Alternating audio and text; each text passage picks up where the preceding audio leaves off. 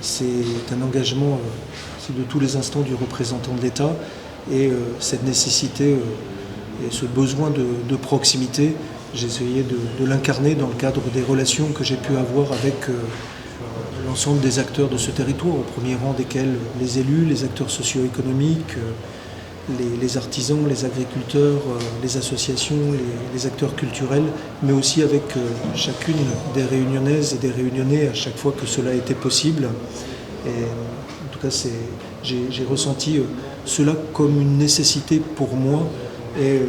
je crois une satisfaction pour les Réunionnaises et les Réunionnais. L'intensité, je dirais, de l'engagement du représentant de l'État, je crois que l'île, la Réunion Île Intense mérite à ce titre bien son nom. Et cette intensité de l'engagement, je vous le dis, elle se traduit par la nécessité de redoubler d'efforts pour mettre en œuvre les politiques publiques, pour lutter contre la vie chère, pour lutter contre la pauvreté, pour relever le défi de l'emploi, le défi du logement, pour ne citer que ces politiques importantes, mais je pourrais aussi citer bien sûr les enjeux d'éducation, les enjeux de jeunesse, les enjeux d'accompagnement des personnes âgées. Voilà, il y a de fortes attentes qui s'expriment dans tous ces domaines et il appartient, je dirais, à l'État, le préfet et l'ensemble des services de l'État d'y répondre en se rendant disponible 24 heures sur 24 et surtout en appréhendant bien les enjeux du territoire. Et ça, pour bien connaître les enjeux du territoire, eh bien, il faut être au contact de nos concitoyens. Je suis arrivé au mois de juin 2019 et je suis resté pendant ces 3 dernières années à La Réunion, parce que la Covid n'a pas permis, je dirais, lorsque des contraintes ont été mises en place. Donc c'est moi qui ai mis en place ces contraintes-là, de quitter la Réunion. Et puis j'ai ressenti le besoin de vivre pleinement mon séjour dans l'île, de profiter aussi des trésors de l'île, chaque fois que j'ai pu le faire lors des quelques moments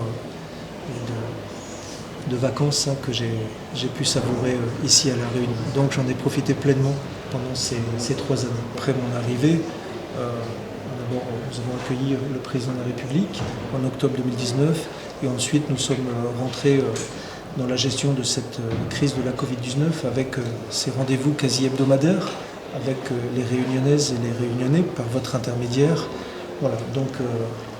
j'ai aussi beaucoup appris dans la nécessité de s'adresser à nos concitoyens pour leur présenter les enjeux, pour leur expliquer les décisions que j'étais amené à prendre et puis pour essayer de leur donner aussi de la lisibilité, parce que ce besoin de lisibilité, d'atterrissage par rapport aux mesures contraignantes qui sont prises, chacun en a besoin. Et c'est ce que vous appelez l'exposition médiatique, et après les événements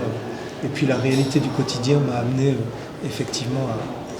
à avoir ce contact avec les Réunionnais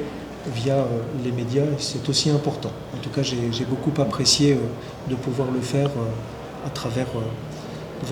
votre présence à mes côtés tout au long de ces 3 dernières années. Vous savez que les attentes sont très importantes. Le ministre de l'Intérieur et des Outre-mer et le ministre délégué aux Outre-mer ont fait de la vie chère, de la lutte contre la vie chère, le marqueur de leur dernière visite à la Réunion. Nous avons une feuille de route très ambitieuse à mettre en place en lien avec les collectivités, l'ensemble des acteurs économiques de l'île. Voilà, c'est donc un travail qu'il va prendre en compte, des défis, je dirais, qu'il va relever et en rappelant que la période qui s'ouvre, 2022, 2024, 2025, ne sera pas forcément la même que celle que j'ai vécue entre 2019 et 2022 et que mon successeur, comme je l'ai fait vis-à-vis de mon prédécesseur, mon successeur va apporter sa pierre à La Réunion et je vous l'ai dit il y a quelques instants, je suis certain que ce sera une belle pierre.